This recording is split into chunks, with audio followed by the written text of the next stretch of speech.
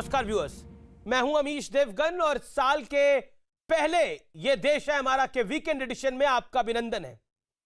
इस हफ्ते हम बात करेंगे कि साल 2021 में कौन किस पर भारी पड़ेगा।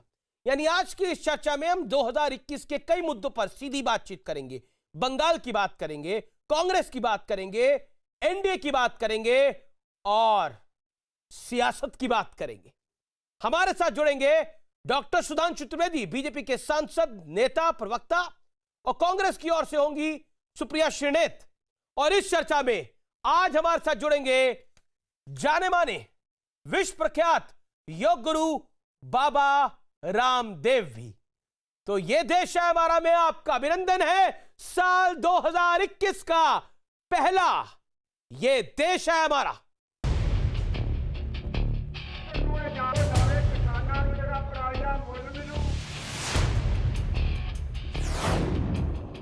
नए साल की बिसात,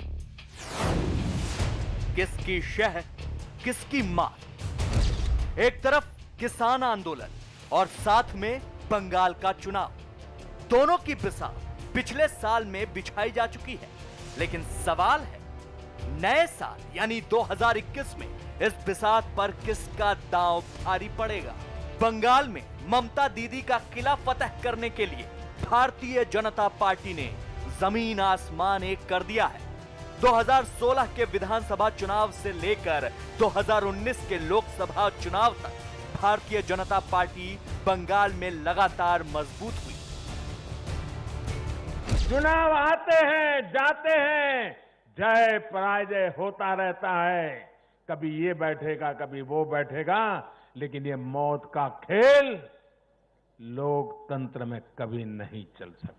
लोकेर काज करे ना, कोनदिन होम मिनिस्टार चले आसছে, कोनदिन ওই আরেকটা মিনিস্টার চলে আসছে, কোনদিন চারটা নাড্ডা ফাড্ডা ভাড্ডা গাড্ডা সব চলে আসছে একটা করে। আর তারা একা প্রোগ্রাম করবে আর কেউ করে না। আর যেদিন তারা প্রোগ্রাম করবে, লোক যদি না আসে তাহলে নিজে সাজিয়ে রাখবে, যাতে নটঙ্কি করে ন্যাশনাল নিউজে ভালো করে দেখায় যে দেখো আমরা মেরেছি। আরে ममता जी के प्रति बड़ा गुस्सा है और लोग यही आस लगाकर बैठे हैं कब चुनाव आए, कब परिवर्तन करे और कब मोदी जी के साथ हमारा तार सीधा जुड़ जाए। ये गुंडा राज जो हमें देखने को मिला है, इसको नस्तो नाबूद करना है। ममता जी के राज में बंगाल अराजकता का पर्यायवाची बन चुका है, असहिष्णुता का पर्यायवाची बन चुका है। हालांकि बंगाल के चुनाव में न तो लेफ्ट और न ही कांग्रेस अब तक रेस में दिख रही है, लेकिन इन दोनों पार्टियों ने किसानों के मुद्दे पर सरकार को घेरने में ताकत झोंक दी है। हालांकि किसान नेता और सरकार एक बार फिर बातचीत की टेबल पर आ चुके हैं। 4 जनवरी यानी सोमवार को अगले दौर की बैठक होनी है। लेकिन सरकार लगातार आरोप लगा रही है कि विपक्ष ने किसानों के बीच भ्रम फैलाया है। देश हमारी नियत में गंगा जल और मां नर्मदा के जल जैसी पवित्रता भी देख रहा है। बिना डिबेट किए, बिना किसानों से चर्चा किए, बिना मजदूरों से पूछे ये कानून ऊपर से थोप दिए गए हैं और इन कानूनों को हटाना ही पड़ेगा, विद्रॉ करना ही पड़ेगा। तो आज सबसे बड़ा सवाल यह है कि आखिर नए साल में किसका सियासी दांव भारी पड़ने वाला है। अब 2021 की बारी, कौन किस पर भारी। आज की चर्चा, आज का संवाद इसी पर, और बाबा रामदेव भी हमारे साथ जुड़ेंगे।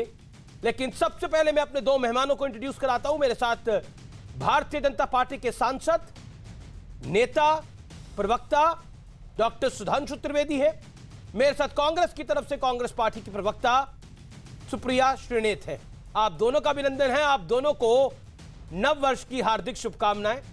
उम्मीद करते हैं कि यह वर्ष आपके लिए, आपकी पार्टियों के लिए मंगलमय हो। सबसे पहले सुप्रिया जी, शुरुआत आपसे करते हैं। 2021 से कांग्रेस पार्टी को क्या उम्मीद है, क्योंकि बंगाल का चुनाव भी है जहां पर बड़ी लड़ाई भारतीय जनता पार्टी और टीएमसी के बीच होने की संभावना दिख रही है, जैसे लोकसभा चुनावों के नतीजे आए थे। उसके अलावा किसानों का आंदोलन चल रहा है। What is your take?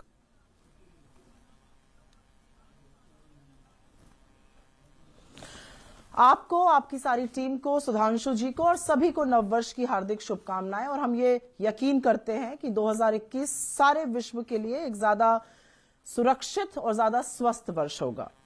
आपने 2021 में मेरी अपेक्षाएं पूछी और मेरी सबसे पहली अपेक्षा तो यह है कि सियासत को छोड़कर देश की और देशवासियों की बात होगी।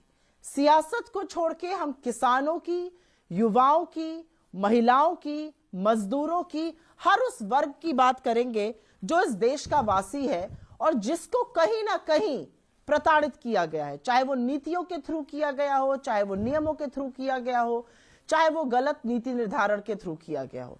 किसान का ही मुद्दा ले लीजिए, मैं पहली ऐसी व्यक्ति होंगी और मेरी पार्टी खड़ी रहेगी अग्रिम पंक्ति में अगर मोदी सरकार खुले दिल से, बड़े दिल से किसानों की समस्याओं का समाधान करे। क्योंकि देखिए, दंभ और अहंकार से न सरकारें चलती हैं न नीति निर्धारण होता है। तो मेरी पहली अपेक्षा 2021 में रहेगी कि सरकार संवेदनशील बने, सरकार दूरदर्शी बने, नीति निर्धारण करे, समस्याओं पर फोकस करे, उनके निवारण की बात करे, सुर्खियां बटोरने का काम मत करे। यानी 2021 एक महत्वपूर्ण वर्ष है विश्व के लिए और खासकर भारत के लिए। जी, आपने बंगाल के सवाल को अवॉइड कर दिया या आपको बंगाल से कुछ उम्मीद नहीं है, या आप भूल गई? नहीं, ऐसा नहीं है, ऐसा नहीं, मैंने बिल्कुल नहीं भूली और ना मैंने अवॉइड किया। मैं एक प्रवाह में बोल रही थी। मुझे ऐसा लगता है बंगाल एक अच्छा चुनाव होगा और बंगाल से पता चलेगा कि देश का मूड क्या है। और भारतीय जनता पार्टी, क्योंकि आपने अपने शुरुआत में कहा था, जो आपकी रिपोर्ट थी कि सारी ताकत झोंक दी है, ताकत किस लिए झोंकी जा रही है ये मुझसे ज्यादा आप जानते हैं। जिस तरह की वहां पे संवाद हो रहा है, जिस तरह की विभाजनकारी नीतियों की बात हो रही है, मुझे ऐसा लगता है, इसीलिए मैंने कहा सियासत पीछे होगी, राजनीति और गंदी राजनीति पीछे होगी, देश आगे होगा, लोगों का जो मत है वो आगे होगा, जो निर्वाचित सरकारें हैं वो सुरक्षित रहेंगी इस देश में। ये मैं 2021 से आशा करती हूं। डॉक्टर सुधांशु त्रिवेदी, आप पेशे से इंजीनियर भी हैं और ऐसा राजनीतिक हलकों में बड़ी चर्चा है कि आप भविष्य को भी अच्छे से समझ लेते हैं। अब इसकी बानगी तो कोई नहीं कर सकता, लेकिन मैं आपसे सवाल पूछ रहा हूं, 2021 भारतीय जनता पार्टी की दृष्टि से कैसा साल होगा? और कांग्रेस ने अभी खुले तौर पे बोला गंदी राजनीति, विभाजनकारी राजनीति, देश की बात, देशवासियों की बात होनी चाहिए। देखिए, ये ग्रेगोरियन कैलेंडर का नया वर्ष प्रारंभ हुआ है। हम सभी को इसकी बधाई देते हैं। और फिर मैं कहना चाहूंगा, जैसे सुप्रिया जी ने कहा, बहुत मतलब जिसे कहते हैं प्रत्यक्ष रूप से बहुत अच्छी लगने वाली बातें कही कि किसान की बात, राजनीति की बात नहीं होनी चाहिए, राष्ट्रहित की बात होनी चाहिए। जो विगत वर्ष गुजरा बहुत चुनौतियों और समस्याओं से भरा हुआ था। पिछले वर्ष की शुरुआत ही सीए एनआरसी के आंदोलन, दिल्ली में हुए दुखद दंगों के साथ हुई। फिर कोरोना का दौर देखा, चीन की आक्रामकता का दौर देखा और कालखंड समाप्त होते होते किसानों का आंदोलन भी देखा। हाँ, बीच में कुछ एक अच्छी सिल्वर लाइनिंग्स भी दिखी। श्री राम जन्मभूमि का शिलान्यास हुआ, राफेल भारत की वायुसेना में आकर जुड़ गया। परंतु इस हर मौके पर, ये जितने मैंने 5-6 मौके दिखाए, देश की जनता ने भी देखा कि कहां पे सियासत थी, कहां पे राष्ट्र का हित था। इसको मैं सीधे इंगित नहीं करना चाहूंगा, क्योंकि देश की सारी जनता ने समझदारी से देखा कि कोरोना के समय जब हमारे स्वास्थ्य कर्मी के ऊपर आक्रमण हो रहे थे, कहां पे सियासत थी, कहां राष्ट्र का हित था। हम लोगों ने यह भी देखा कि चीन की आक्रामकता के समय कहां राष्ट्र का हित था, कहां सियासत थी। और अभी हमने आंदोलन के दौरान देखा, हाँ 2021 शुरू हुआ है, 2 सकारात्मक संकेत दिखे। एक तो किसानों के साथ हुई वार्ता में कम से कम 2 बिंदुओं पर सहमति बनी, जो कृषि मंत्री जी ने कहा, यानी आधी बातों पर सहमति बनी। और जो ट्रैक्टर रैली थी प्रस्तावित, उन्होंने रोकी। इसका मतलब है कुछ सकारात्मक समाधान दिखने की तरफ बढ़ा और एक वैक्सीन की शुरुआत हुई है। अब मैं ये भी कहूं, इसे मैं लाइटर नोट पे कहना चाहूंगा, भाई हो सकता है कि कुछ लोग काफी दूर दृष्टि रखते हुए बहुत दूर चले गए, इसलिए किसानों के बीच में समाधान दिखने की संभावना बढ़ गई। परंतु 2021 का जहां तक वर्ष है, आपने बंगाल का जिक्र किया, तो मैं सिर्फ एक बात कहूंगा, आज बंगाल की विधानसभा में हम 3 विधायकों वाली पार्टी और 294 सीटों वाली वह असेंबली है। कांग्रेस के 24 थे, और आपको पता है कांग्रेस में 24 लोगों से शपथ पत्र भरवाए गए थे कि वो पार्टी के प्रति निष्ठा बना के रखेंगे। लेफ्ट पार्टीज मुख्य अपोजिशन पार्टी। आज आपको भारत के इतिहास में ऐसा विधानसभा चुनाव नहीं याद होगा जहां 294 में 3 सीटों वाली पार्टी मुख्य मानी जा रही हो, सत्ताधारी दल उसी से जवाब मांग रहा हो, और जो विपक्षी दल थे, चाहे वामपंथी दल हो या कांग्रेस, यानी हम तो 3 पे और वो न 3 में न 13 में। ये एक बड़े परिवर्तन का प्रतीक है जो बंग भूमि के ऊपर होता हुआ दिखाई पड़ रहा है, और हमें इस बात की पूरी आशा है कि हमारी पार्टी के संस्थापक स्वर्गीय श्यामा प्रसाद मुखर्जी जी के सपनों को साकार करते हुए बंग भूमि जहां से राष्ट्रवाद के सारे स्वर निकले, सुधांशु जी आपको मेरी आवाज मिल रही है, जनगण मन तक, वहां आज 21वीं सदी में राष्ट्रीय नवनिर्माण में मोदी जी के नेतृत्व में साथ में आकर सम्मिलित। ठीक है सुप्रिया, क्या आपको लगता नहीं है कि राहुल गांधी क्योंकि विदेश चले गए, एक विदेश दौरे पर था, भारतीय जनता पार्टी इस पर लगातार तंज कस रही है, कह रही है कि जिनके अध्यक्ष ही यानी पूर्व अध्यक्ष ही और आने वाले वर्तमान में जो अध्यक्ष बनने वाले हो उस नेता का ही इतना ऐसा हाल है तो उस पार्टी को कैसे सीरियसली लिया जाएगा? क्या आपको लगता नहीं है कि किसान आंदोलन के बीच में राहुल गांधी का विदेश जाना 2020 में भी नहीं 2021 में भी आप लोगों पे भारी पड़ेगा, क्योंकि पॉलिटिकली महत्वपूर्ण साल होगा ये वाला?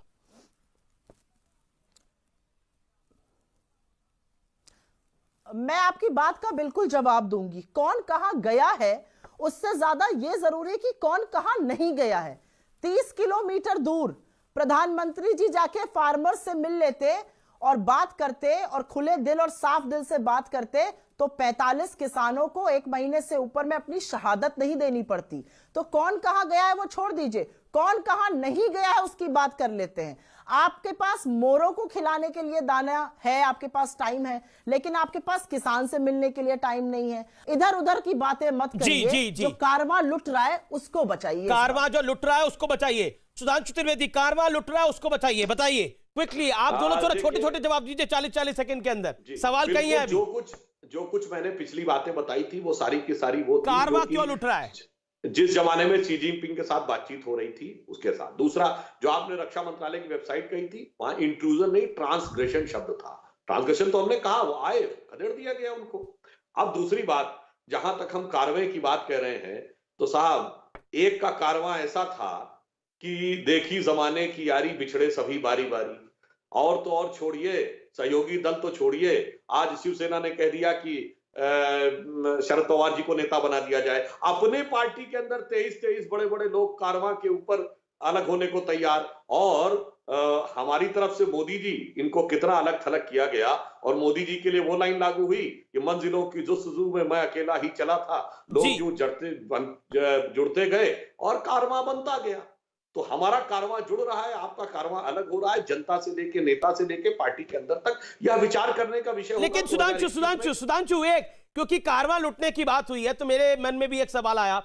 आपके कारवां में से भी अकाली दल आपका बड़ा पुराना साथी निकल गया, शिवसेना तो चला ही गया, और क्या आपको लगता है हनुमान बेनीवाल भी राजस्थान में आपके साथी थे, चले गए हैं, तो आप अपने कारवां के बारे में क्या कहना चाहते हैं? चलिए, इनके कारवां की तो हालत खराब है, वो तो इनकी पार्टी के नेता भी मानते हैं, लेकिन मैं आपके कारवां की बात करता हूं सुधांशु त्रिवेदी। देखिए, मैं एक और बात, एनडीए का कारवां, देखिए एनडीए के कारवां से जो हमसे अलग हुआ, उसके बाद क्या हश्र हुआ। देखिए, मायावती को हमने समर्थन किया था, मायावती अलग हुई और भाजपा की 300 तक की सीटें आ गई। जेडीएस कर्नाटक में हमसे अलग हुआ था, मैं धोखा दिया, हमारी स्पष्ट बहुमत की सरकार बनी। शिवसेना हमसे अलग हुई, आज हम शिवसेना से दुगनी बड़ी पार्टी है महाराष्ट्र में। आगे क्या होगा ये वक्त बताएगा। तो हमारे साथ यानी सुधांशु आप कह रहे हैं कि आपको छोड़ने के बाद उनका कुछ बचता नहीं। और सुप्रिया जी, आपके लिए कहा जाता है जो आपके साथ जुड़ता है उसका कुछ बचता नहीं।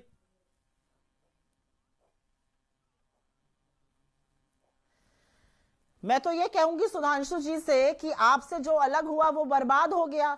ये भी सच है कि आपसे जो अलग होता है वो देशद्रोही हो जाता है, लेकिन आपसे जो जुड़ जाता है वो गंगा नहा जाता है। मैं तो ये कहूंगी हाथ जोड़कर इस बार कि 2021 में कपिल गुर्जर जैसे लोगों को भारतीय राजनीति में कोई जगह नहीं मिलनी चाहिए, जिनको आपकी पार्टी ने सदस्यता दी, कोहराम मचा और फिर उनको हटाया गया। 2021 में मुझे ऐसा लगता है राजनीति जो है वो थोड़ी साफ मन की, साफ दिल की और खरी राजनीति होनी चाहिए। हमारे कारवां की जहां तक बात है, हमारा कारवां इस देश के मजदूरों और किसानों के साथ खड़ा है। वो किसान जो अपने हक की लड़ाई लड़ रहा है, जिस किसान को विभाजनकारी नीतियों से एक पॉलिटिकल लाइन हो सकती है कि हमारा कारवां मजदूर के साथ है, किसान के साथ है। यहाँ बात हो रही है सियासी कारवां हक की लड़ाई लड़ रहा है। मेरा निवेदन आपसे ये है कि देखिए, ये तो पॉलिटिकल लाइन हुई कि हाँ हम मजदूर के साथ है, किसान के साथ है, गरीब के साथ है, गुरबे के साथ है, ये तो पॉलिटिकल लाइन हुई।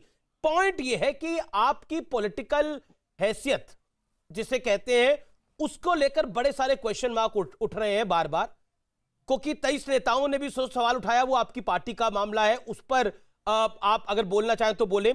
शरद पवार को लेकर शिवसेना ने बहुत बड़ी बात बोली है, वो छोटी बात नहीं है कि यूपीए अध्यक्ष शरद राव पवार होने चाहिए। और शरद राव पवार ने कांग्रेस को छोड़ा था, वो पुराने कांग्रेसी हैं, और शरद राव पवार साहब के दिल के अंदर जरूर है कि वो कांग्रेस की विचारधारा के अब सर्वोच्च नेता हैं प्रणब दा के जाने के बाद। अब मैं थोड़ा कंफ्यूज हूं कि बिल्कुल मैं थोड़ा कंफ्यूज हूं कि मैंने आपके चैनल पर देखा या किसी और चैनल पर उनका इंटरव्यू देखा है और उन्होंने कहा है कि नहीं, कांग्रेस जो है वो नेशनल पार्टी है और उसी को अग्रिम होना चाहिए। और सामना ने भी अपने एक दूसरे एडिटोरियल में लिखा है कि ये कांग्रेस को ही आगे बढ़ के नेतृत्व करना चाहिए। तो आई डोंट नो, मैं कंफ्यूज हूं कि मैंने आप पे देखा या किसी और चैनल पर देखा, लेकिन मैंने शरद पवार जी का ये इंटरव्यू देखा है। देखिए, ऐसा है कि अपने कारवां को लुटते हुए देखकर भी भाजपा हमारी चिंता कर रही है। मैं खुश हूं इस चिंता से।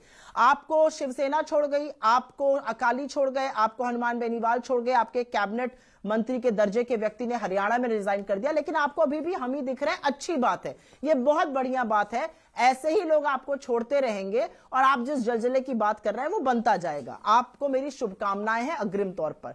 मैं दूसरी बात कहना चाहती हूं, मैं तो ये कहना चाहती हूं, जिसको आप पॉलिटिकल लाइन कहते हैं, एक्चुअली वही राष्ट्र धर्म है, वही राजधर्म है। राजहट पॉलिटिक्स नहीं है, राजधर्म करने के लिए हम सब पब्लिक लाइफ और राजनीति में हैं। आज जिस कॉन्स्टिट्यूशन की शपथ लेकर सुधांशु त्रिवेदी जी राज्यसभा के मेंबर हैं, उसी कॉन्स्टिट्यूशन को बचाने के लिए, उसी के तहत लोगों को बचाने के लिए ही हम राजनीति करते हैं, हम पब्लिक लाइफ में। तो इसको पॉलिटिकल लाइन मत कहिए, यही यथार्थ है। और यथार्थ में, और मैं तो एक बात को स्वीकारती हूं कि हमारी पार्टी में तो चलिए फिर भी 23 लोगों की ये हिम्मत है कि वो एक चिट्ठी लिख दें। भाजपा में क्या किसी की हिम्मत है कि आज प्रधानमंत्री या अमित शाह के खिलाफ या उनकी किसी नीति को क्वेश्चन करते हुए लिख दे? हनुमान बेनीवाल के एनडीए छोड़ने के अगले दिन ही घोषित कर दिया गया था टीवी पर कि उनकी तो कोई हैसियत ही नहीं है राजनीतिक। अगर हैसियत नहीं थी तो काहे आप कितने दिनों से पार्टनर बने हुए थे? अगर शिरोमणि अकाली दल बिल्कुल करप्ट था, जो बार बार बोला गया भाजपा की ओर से, तो क्यों आप कितने दिनों से पुराना पार्टनर था? तो गंगा वही नहाएगा जो इनके पास आएगा। जैसे कपिल गुर्जर गोली चलाते हैं, भाजपा की सदस्यता मिलती है। ये सब मत करिए। राजनीति का मतलब इस तरह की कलंकित चीजें करना नहीं होता है। ओके, सुधांशु जी, आपने बात कही तो मैं बिंदुवार उत्तर देता हूं। कपिल गुर्जर, आपने बिल्कुल कहा आपकी पार्टी। कपिल गुर्जर पहले किस पार्टी के सदस्य थे? हमने तो उनको तुरंत निकाला। मैं मानता हूं वो बिल्कुल गलती थी, हमारी किसी नगर इकाई ने भी किया, परंतु पहले वो आप पार्टी के ही सदस्य थे। बाकायदा उनका उस समय वो आया था जिस समय उन्होंने वो ऐसा दुर्दांत घटना की थी। दूसरी बात, आपने कहा कि राजनीति राजधर्म के लिए होती है और विरोध करना उचित है। बिल्कुल, मगर विरोध किस समय पे करना चाहिए मैं उदाहरण देना चाहता हूं।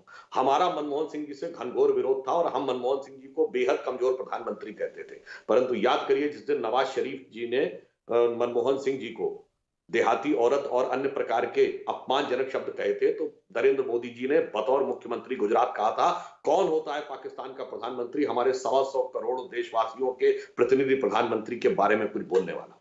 1995 जिनेवा में जब पाकिस्तान हमारे खिलाफ प्रस्ताव लेके आ रहा था मानवाधिकार हनन का, नरसिम्हा राव की सरकार थी, अटल जी नेता प्रतिपक्ष थे, न सिर्फ प्रतिनिधिमंडल का नेतृत्व किया बल्कि सारा श्रेय नरसिम्हा राव सरकार को दिया, हमने लेने की कोशिश नहीं की। 1971 के युद्ध में इंदिरा जी की क्या क्या प्रशंसा की कांग्रेसी आप तक खुद बोलते हैं। 1962 के युद्ध के समय जब नेहरू जी प्रधानमंत्री थे, वो नेहरू जिन्होंने राष्ट्रीय स्वयंसेवक संघ पर प्रतिबंध लगाया, तो जनसंघ ही नहीं राष्ट्रीय स्वयंसेवक संघ ने इस कदर साथ दिया कि नेहरू जी ने प्रशंसा की और 26 जनवरी 63 को गणतंत्र दिवस परेड में बुलाया। यह चीज होती है, यह परंपरा है कि प्रतिपक्ष में रहते हुए जब राष्ट्र के सामने चुनौती के अवसर आए तो कैसे धर्म का निर्वाह करना चाहिए, हम राष्ट्र धर्म का निर्वाह करते हैं और कौन राजनीति करता है, यह पूरी तरीके से देश की जनता के सामने बिल्कुल स्पष्ट है। और अंत में मैं कहूंगा अमीर जी, आपने कहा था ना कि आगे के समय के लिए कैसा अच्छा है, एक वो गालिब का शेर है ना जिसकी दूसरी लाइन सबको याद रहती है, वो मैं पहली लाइन के साथ बोलता हूं। एक ब्राह्मण ने कहा कि इस बार का साल अच्छा है, तो मैं कांग्रेसियों के लिए कह रहा हूं, एक ब्राह्मण ने कहा कि इस बार का साल अच्छा है, दिल को बहलाने को गालिब ख्याल अच्छा है। तो गालिब का ये शेर था, वो ये सोच रहे हैं कि उनके लिए अच्छा होगा, तो अब देखेंगे कि क्या होता है। ओके सुप्रिया, क्योंकि मैं टू द पॉइंट बंगाल पर सवाल पूछता हूं आपसे। बंगाल के अंदर कांग्रेस ने लेफ्ट के साथ समझौता किया है, लेफ्ट के साथ के खिलाफ आप केरल में लड़ाई लड़ते हैं, यानी चुनाव लड़ते हैं। क्या आपको लगता नहीं है ये बड़ा विरोधाभास है, क्योंकि वहां पर लेफ्ट की भी पॉलिटिकल हैसियत पिछले कुछ वर्षों के अंदर कमजोर पड़ी है और कांग्रेस की जो पॉलिटिकल हैसियत है वो किसी से छुपी नहीं हुई है। क्या आपको लगता नहीं है ये समझौता दिल्ली में जैसे आम आदमी पार्टी और कांग्रेस ने कर लिया था वैसा ना हो जाए आप लोगों के लिए, कहीं इसका नुकसान केरल में ना हो? जिसको आप विरोधाभास कहते हैं, इसको पॉलिटिकल एक्यूमेन भी कहा गया है इंडियन पॉलिटिक्स में। ये भाजपा ने भी किया है, ये हमने भी किया है। महाराष्ट्र में शिवसेना, बंगाल में लेफ्ट, यानी आपकी अपनी आइडियोलॉजी कहां जाएगी ऐसे में? क्या आपको लगता नहीं है कि आप एक अल्ट्रा राइट विंग पार्टी के साथ हैं महाराष्ट्र के अंदर जहां सरकार चला रहे हैं आप केरल के अंदर आप लेफ्ट के साथ लड़ाई लड़ते हैं, वहां मुस्लिम लीग आपके लिए ये फ्रेंडली पार्टी है। क्या आपको लगता नहीं है बड़ा विरोधाभास है? बंगाल में आप लेफ्ट के साथ आ जाएंगे, क्या आपको लगता नहीं है ये आपके लिए बड़ा पॉलिटिकल विरोधाभास है? क्योंकि जब कांग्रेस ने ऐसे समझौते किए नुकसान हुआ है। उत्तर प्रदेश आपने मुलायम सिंह यादव की सरकार बचाई, आज आपका हश्र क्या है? दिल्ली आपने अरविंद केजरीवाल को पहली बार सीएम बनाया, आपका हश्र क्या है? बिहार आपने लालू यादव की मदद करी, आज आपका हश्र क्या है? इसका एक बैकग्राउंड है, क्योंकि कांग्रेस ने जब जब किसी को समर्थन दिया है वो पार्टी तो आगे बढ़ गई है लेकिन कांग्रेस को नुकसान हुआ है।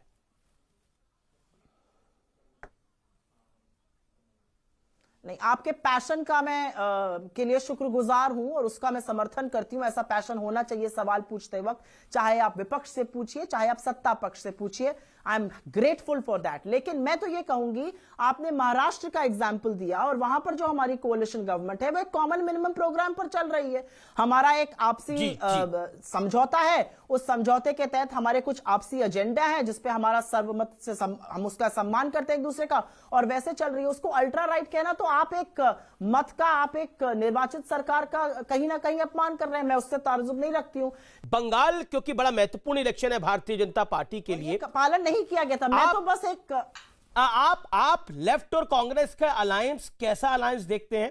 क्योंकि एक पॉलिटिकल पंडित का ऐसा मानना है, पॉलिटिकल पंडित का ऐसा मानना है कि अब आपकी नजर केरल पे भी होगी, क्योंकि केरल में जो कांग्रेस की स्पेस है उसको बीजेपी खाने की कोशिश करेगी। अब क्विकली 20-30 सेकंड बस एक संक्षेप में, हमने बंगाल का, केरल में तो हमारा एक एमएलए है, उसके बाद ही लेफ्ट भी लड़ाई हमसे मानता है, कांग्रेस भी हमसे मानता है। और देखिए सुप्रिया जी ने कितनी मजेदार बात अभी कह दी, अब ये शिवसेना को अल्ट्रा राइट नहीं मानते।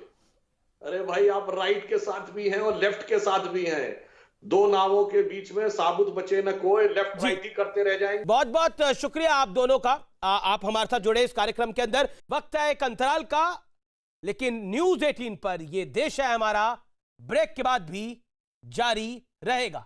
हिंदू के लिए ना मुसलमान के लिए, जीना है तो जिए हिंदुस्तान के लिए। शानदार बाबा। आपसी मतभेद हमें जीने नहीं देंगे, देश न रहा तो हम कैसे रहेंगे। एक है लहू का रंग पहचान के लिए, जीना है तो जिए हिंदुस्तान के लिए। बहुत शानदार।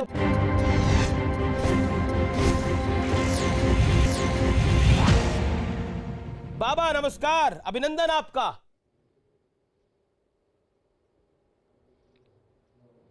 नव वर्ष।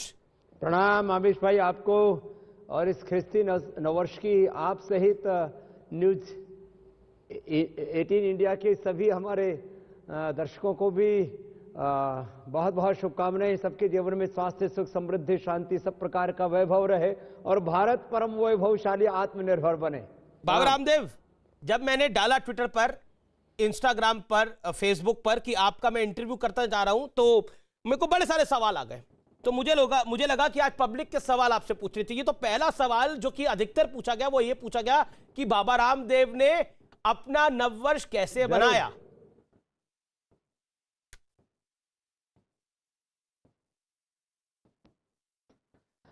मैंने अपना नववर्ष मनाया योग के साथ, और योगग्राम का भी विस्तार कर रहे हैं जी, और 3 संकल्पों के साथ मनाया है। मैं व्रत के साथ कोई भी एक नए पर्व को जीता हूं।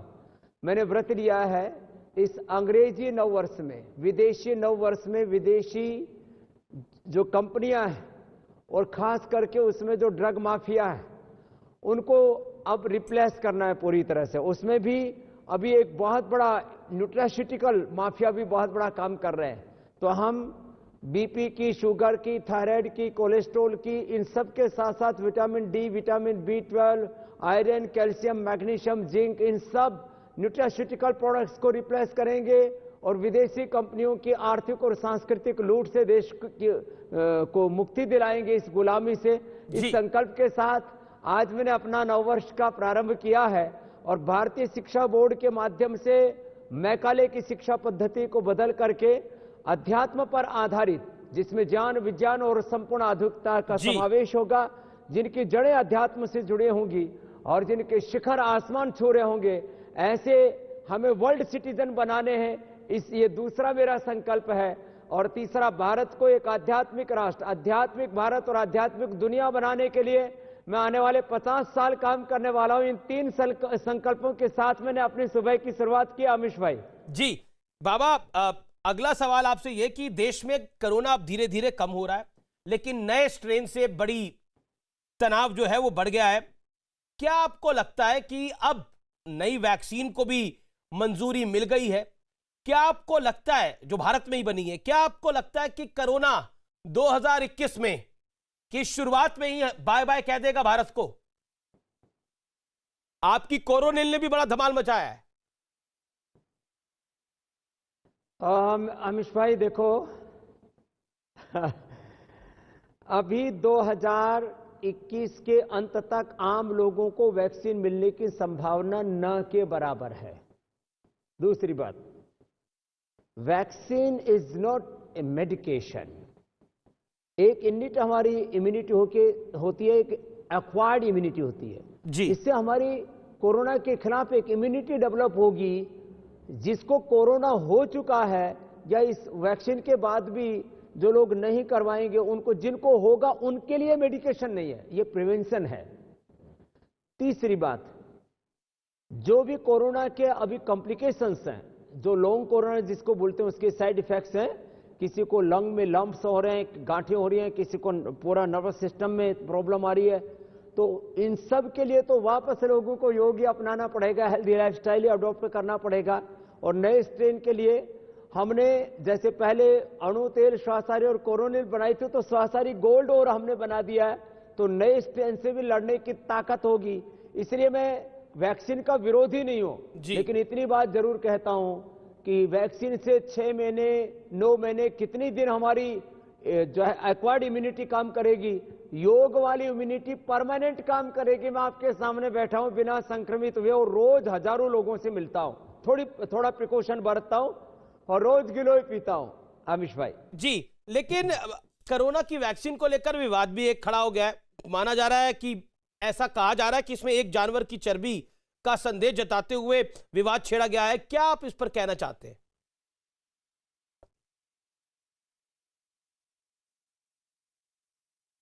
देखो, वैक्सीन में ना कोई गाय की चर्बी है, ना कोई सुअर की चर्बी है। ये हिंदू मुसलमान का मसला ही नहीं है, ये विशुद्ध रूप से एक साइंटिफिक रिसर्च का मसला है। इसमें किसी भी तरह से कोई मजहबी ताल्लुकात को नहीं जोड़ना चाहिए।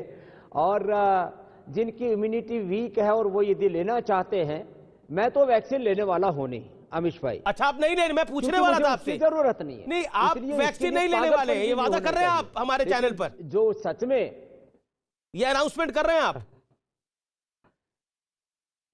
ये न्यूज 18 इंडिया पर मैं खुलेआम घोषणा कर रहा हूं पहली बार, मैं वैक्सीन का प्रयोग नहीं करूंगा, क्योंकि मुझे इसकी आवश्यकता कतई नहीं है।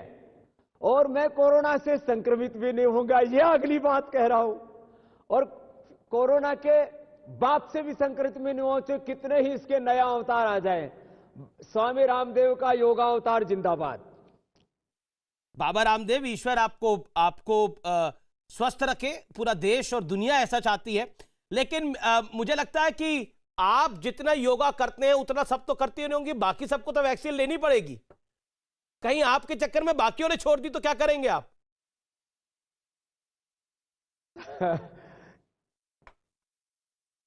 नहीं, ऐसी कोई बात नहीं है। बाकी भी योग करें, आयुर्वेद का उपयोग करें, और जिनकी इम्यूनिटी लो है, जिनको कई प्रकार की मल्टीपल डिजीज हैं, जिनको ऑर्गन फेलियर की प्रॉब्लम रही है, और जिन्होंने लिवर ट्रांसप्लांट, किडनी ट्रांसप्लांट का है किसी भी अंग का, वो सब भी लेते रहें।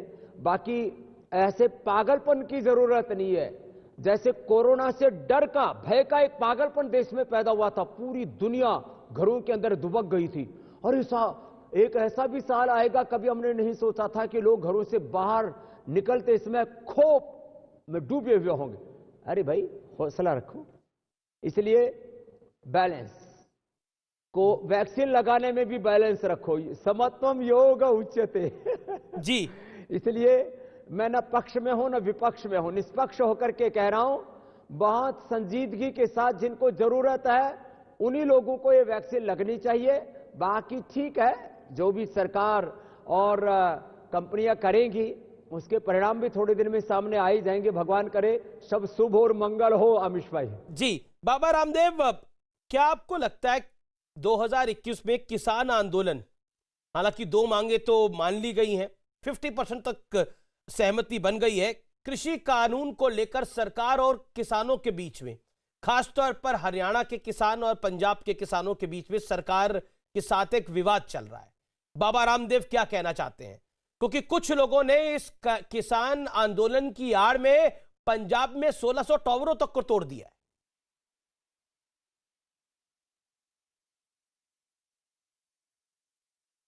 देखो, एक बात कहना चाहता हूं मैं आपको अमीश भाई, मैं जन्म से कृषक पुत्र हूं, किसान हूं, कर्म से योगी हूं, कर्मयोगी हूं, और राष्ट्र के लिए कुछ अच्छा करना चाहता हूं।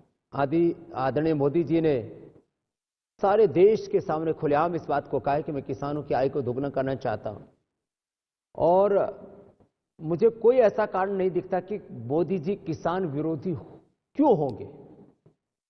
इसलिए मैं आश्वस्त हूं, मोदी जी एमएसपी को खत्म नहीं करेंगे, और उसके लिए वो लिखित में भी देने के लिए तैयार हैं।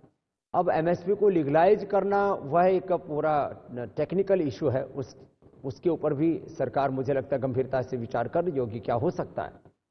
जहां तक प्रश्न यह है कि पूरी कृषि व्यवस्था बाजार आधारित होनी चाहिए या इसको सरकार का सहारा होना चाहिए, तो मैं इसमें मध्यम मार्ग का पक्षधर हूं। जो लोग अपनी फसलें खुले बाजार में बेचने चाहते हैं उनके ऊपर कोई बंदिशें नहीं होनी चाहिए, क्योंकि यदि जो है सबको विकास का अवसर न उपलब्ध होता तो न तो मोदी जी देश के प्रधानमंत्री बन पाते, न स्वामी रामदेव आज जहां है वहां हो पाते, न आमिश भाई जहां बैठे वहां आप बैठ पाते। आज इस देश में सबको यदि समान रूप से विकास के अवसर उपलब्ध हुए हैं तो वो पूरी आजादी के साथ उपलब्ध है। तो किसानों को आजादी भी मिलनी चाहिए, लेकिन किसानों को सपोर्ट भी मिलना चाहिए, क्योंकि एग्रीकल्चर सेक्टर ऐसा है, उसमें एक बड़ा पेच है अभिष भाई। यदि भाव बढ़ जाए तो कहते महंगाई बढ़ गई, और यदि सस्ता कोई सामान बिकता है तो कहते किसान बर्बाद हो गए, और यह हकीकत है। इसलिए इस पूरे तंत्र को बैलेंस करने के लिए सरकार को सपोर्ट तो किसानों को देना ही पड़ेगा, और किसानों को भी इतना अड़ियल भी नहीं होना चाहिए कि वो सारी सत्ता को ही चुनौती दे डाले कि तीनों कानून ही रद्द करो। तो मुझे लगता है बीच का रास्ता सरकार को, किसानों को एक निकालना चाहिए, और मुझे वो निकलता हुआ दिख भी रहा है। देखिए बाबा रामदेव, आंदोलन की आड़ में भरोसा रखता हूं अड़ियल नहीं होगी, और किसान भी कुछ ना कुछ 2 कदम आगे बढ़ेंगे। बाबा रामदेव, आंदोलन की आड़ में ऐसा हो गया कि लगातार आंदोलन की आड़ के अंदर टारगेट कुछ और है, क्योंकि इसी आंदोलन में नारा लगाया गया, हाय हाय मोदी मर जा तू, लेफ्ट के झंडे के नीचे।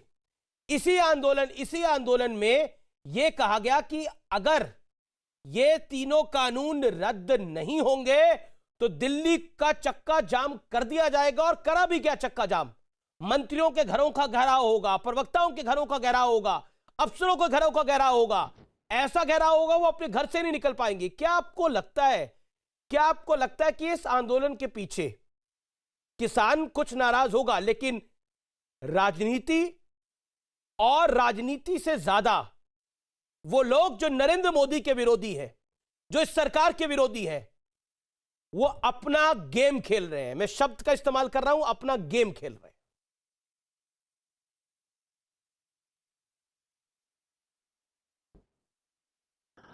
पहले तो अमीश भाई, आप एकदम जो सच होता है उसको बेधड़क होकर के बोलते हो, और मुझे पता है उससे बहुत से लोग आपके भी बेवजह बैरी बने हुए। लेकिन मैं 3 बातें अलग अलग कहना चाहता हूं। एक, लेफ्टिस्टों को अपने झंडे लहराने की किसान आंदोलन में अनुमति नहीं होनी चाहिए।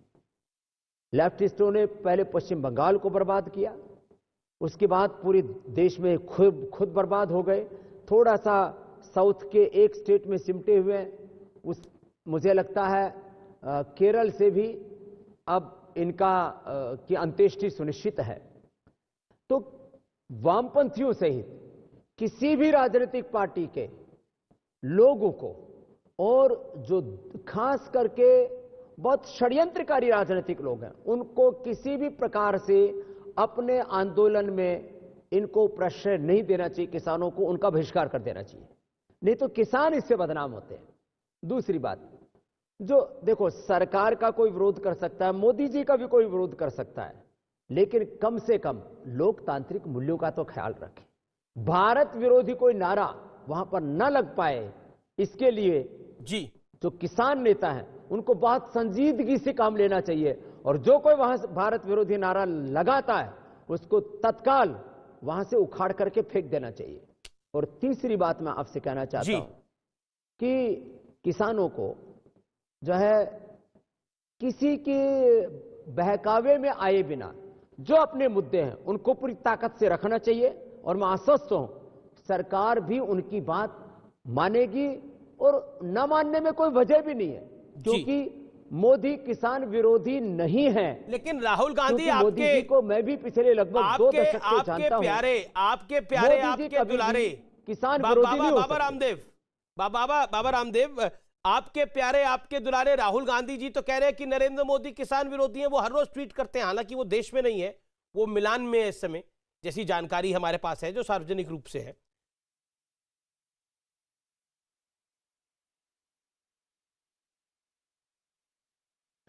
देखो, जो मोदी जी के राजनीतिक विरोधी और पूरी दुनिया में जो भारत विरोधी ताकतें हैं, वो ये सच है कि वो इस समय काफी सक्रिय हुए हैं। पिछले इन लगभग 6-7 वर्षों में किसी भी मुद्दे पर उनका बस नहीं चला, वो बौखलाए हुए, तिलमिला रहे, और जैसे पानी के बिना मछली तड़पती है, ऐसे सत्ता के बिना देश के कुछ विपक्ष के लोग और पूरी दुनिया के जो भारत विरोधी लोग हैं, वो भारत को बदनाम करने के लिए, मोदी मकसद नहीं, भारत को ही बदनाम करना मकसद है, वो पूरी दुनिया में ऐसे सक्रिय हो गए। तो मुझे लगता है ऐसी कोई भी ताकतें जो भारत विरोधी हैं जी, वो नाकामयाब हो चुकी है। पूरी दुनिया ने देख लिया है, ये चंद मुट्ठी भर लोग हैं, 135 करोड़ का भारत है, और कुछ चंद मुट्ठी भर लोगों के बदनाम करने से भारत बदनाम नहीं होगा। भारत अपने एक स्वाभाविक शक्ति के साथ में आगे बढ़ रहा है, और वोकल फॉर लोकल, भारत को आत्मनिर्भर बनाने का जो संकल्प है, उसमें अमीश भाई लोग पुरुषार्थ करेंगे तो हम अमेरिका, हम चाइना, हम पूरे यूरोप को और जापान सहित पूरी दुनिया की आर्थिक ताकतों को पछाड़ते हुए एक दिन आगे बढ़ेंगे। निश्चित रूप से कुछ चुनौतियां हैं 2021 की भी, उनका हम सामना करेंगे मेरे भाई आमिश। अच्छा बाबा रामदेव, आखिरी 2 सवाल है मेरे, छोटे छोटे जवाब मैं चाहूंगा। आपको गाड़ी चलाना बड़ा पसंद है क्या? क्योंकि हाल ही में हमने देखा अपने बीजेपी के राष्ट्रीय अध्यक्ष जेपी नड्डा साथ में बैठे थे, आप गाड़ी ड्राइव कर रहे थे, यह भी ट्विटर पर सवाल आया, बताइए।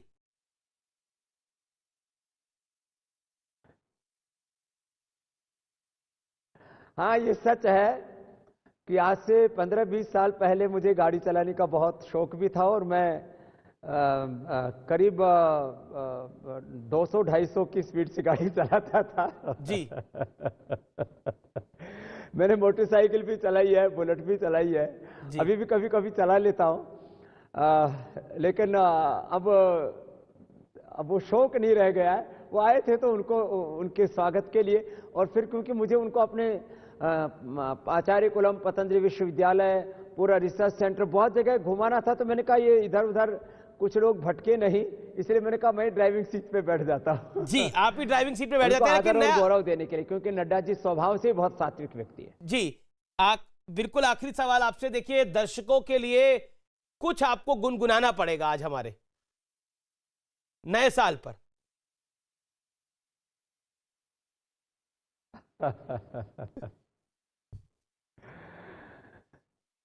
तो नए साल का मैं 2-3 तरह से कुछ शब्द बोलता हूं। एक तो नए साल पर हम लोग स्वदेशी का व्रत लें। राम प्रसाद बिस्मिल का गाया हुआ गीत है, और चंद्रशेखर, राजगुरु, सुखदेव, भगत सिंह, जितने भी हमारे क्रांतिकारी थे, सबका एक सपना था। और ये स्वदेशी का व्रत सब लोग लें। मेरा हो तन स्वदेशी, मेरा हो मन स्वदेशी, मर जाऊं तो भी मेरा होवे कफन स्वदेशी। कर शक्ति का विभाजन, मिटे पूंजी का ये शासन, बने गांव स्वावलंबी, बने राष्ट्र स्वावलंबी, वह नीति है स्वदेशी। मेरा हो मन स्वदेशी, मेरा हो तन स्वदेशी, मर जाऊं तो भी मेरा होवे कफन स्वदेशी।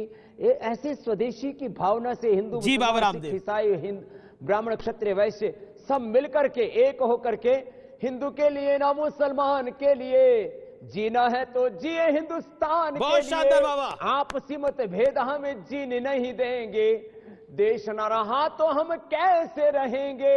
एक है लहू का रंग पहचान के लिए, जीना है तो जिए हिंदुस्तान। बहुत शानदार, जीना है तो जिए हिंदुस्तान के लिए। फिलहाल ये देश है हमारा में इतना ही।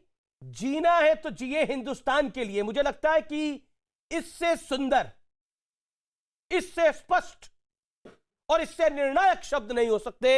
जीना है तो जिए हिंदुस्तान के लिए, ना हिंदू के लिए ना मुसलमान के लिए। हिंदुस्तान, भारतवर्ष, इंडिया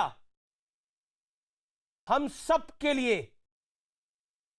हमसे ज्यादा महत्वपूर्ण होना चाहिए। इसलिए होना चाहिए, ये हमारा देश है, ये हमारी मातृभूमि है, और हमारे पूर्वज इसे ऐसे ही माता नहीं बोलते थे, भारत माता, क्योंकि उनका विश्वास था कि इसको सींचना है, इस मुल्क को आगे बढ़ाना है, तरक्की के नए आयाम लिखने हैं। तो साल 2021 आपके लिए भी बड़ा मंगलमय हो, हिंदुस्तान के लिए, भारतवर्ष के लिए मंगलमय हो, इसकी कामना के साथ साल के पहले यह देश है हमारा में फिलहाल इतना ही। जय हिंद, नमस्कार।